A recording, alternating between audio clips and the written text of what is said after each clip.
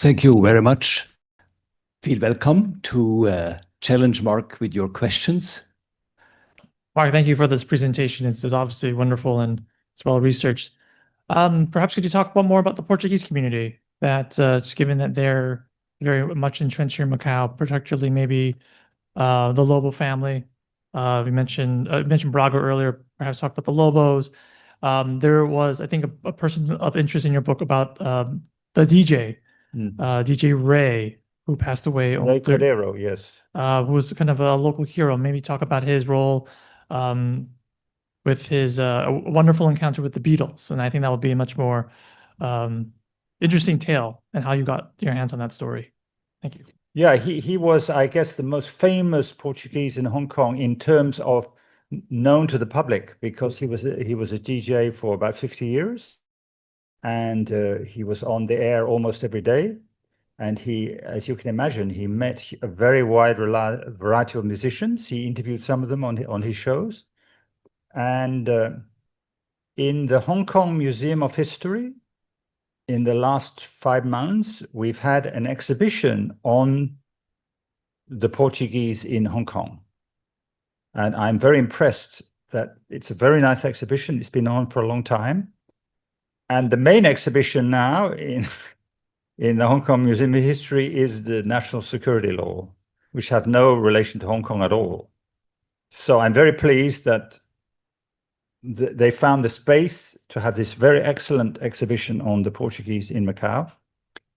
And it elaborates the themes I made in the book, which is that they moved to Hong Kong, they very much settled there.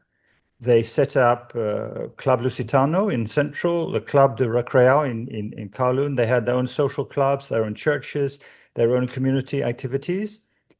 They had a middle-class, prosperous life. And many of them lost their Portuguese. Many of them lost their Portuguese because they didn't use it. But during World War II, when the Japanese occupied, many people tried to escape from Hong Kong. And the Portuguese governor at the time was very generous. So he welcomed all these people to come back to Macau, even though they were extremely anglicized. They weren't really Portuguese anymore. But he realized the seriousness of the situation, because if they could live in Macau, they would have a chance of surviving the war, which they might not have if they were in Hong Kong. So, yeah, very important part of the Hong Kong community. Thank you for having a very good lesson on the history of European in Hong Kong. I think after the World War II or World War, Hong Kong is really quite poor. Everything is under construction. So that's why all the priests and the missionaries, they give a lot of help to Hong Kong and set the foundation. But now in this 21st century, how this spirit or this friendship can be carried on in Hong Kong and what we become. Because I think nowadays, does Hong Kong still need this kind of help or spirit? I don't know, because I think just now you said that all the nuns or monks, they are no more European, but all more Asian. So how this can be a big in the culture, or how can we still carry on and inherit this kind of maybe spirit or friendship? Well, Father Stefan answered this question very well. The wealth gap in Hong Kong is enormous. When people visit, they see, beautiful houses and beautiful buildings, beautiful restaurants. They see the rich half. But there is great poverty in Hong Kong also. So there are many people in Hong Kong in need of assistance, housing assistance, educational assistance, spiritual assistance.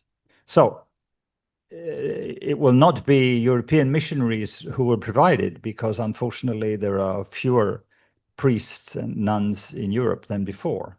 But the missionaries will come from Korea, from Vietnam, from India, from Philippines, from other countries. But the need remains the same, especially for the poor people. Yeah, thanks for the kind of overview, particularly by the missionaries in Hong Kong. My question is, as I was seeing in the PowerPoint, all these congregations started helping the poor, those in need in society. My question is, today, the lower classes in Hong Kong, can they afford to go to this? Because these schools, now that they become so important, that I don't know if it is only for the elite or also the poor classes can afford going to these schools of the missionaries. This is my question. Thank you. I do not know exactly the fee level, but my impression is that if your academic ability is sufficient, then you can go. So the fee is manageable, I think, for the majority of the population. But of course, the question now becomes, how do you get to the academic level? Because the competition in Hong Kong is very fierce. If your father is a professor or civil servant or a businessman, you have the academic conditions at home. He probably send you to the Bushiban, you know, the additional classes on the weekends. So you have more chance to pass the exam. But if your father is a poor person, you have less chance to get in.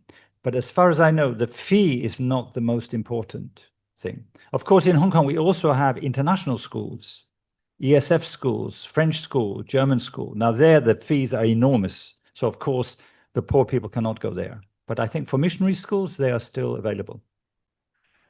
Thanks again, Mark, very much indeed. So all these questions, also thanks for these pressing questions, brings us to the second part when we ask ourselves about this, could say, principles of solidarity. But first of all, let me just also hint to the fact you seize your chance to buy the book, Europeans in Hong Kong, for the very affordable price of 180 patakas. There's also other very inspiring books about Zhou Youguang, and that's charge-free for everyone.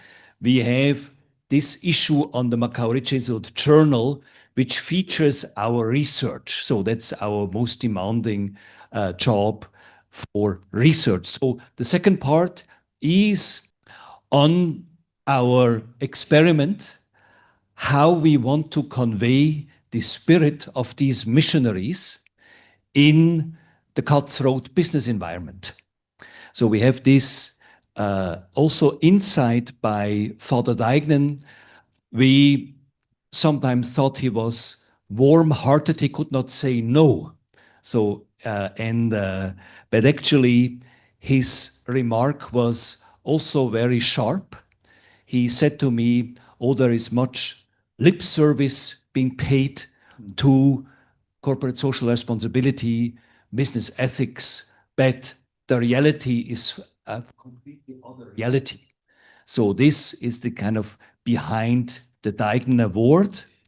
I think Father Deignan was credited for his passionate devotion to values of integrity, honesty, and we tried our best to kind of share these values in Macau and in Hong Kong.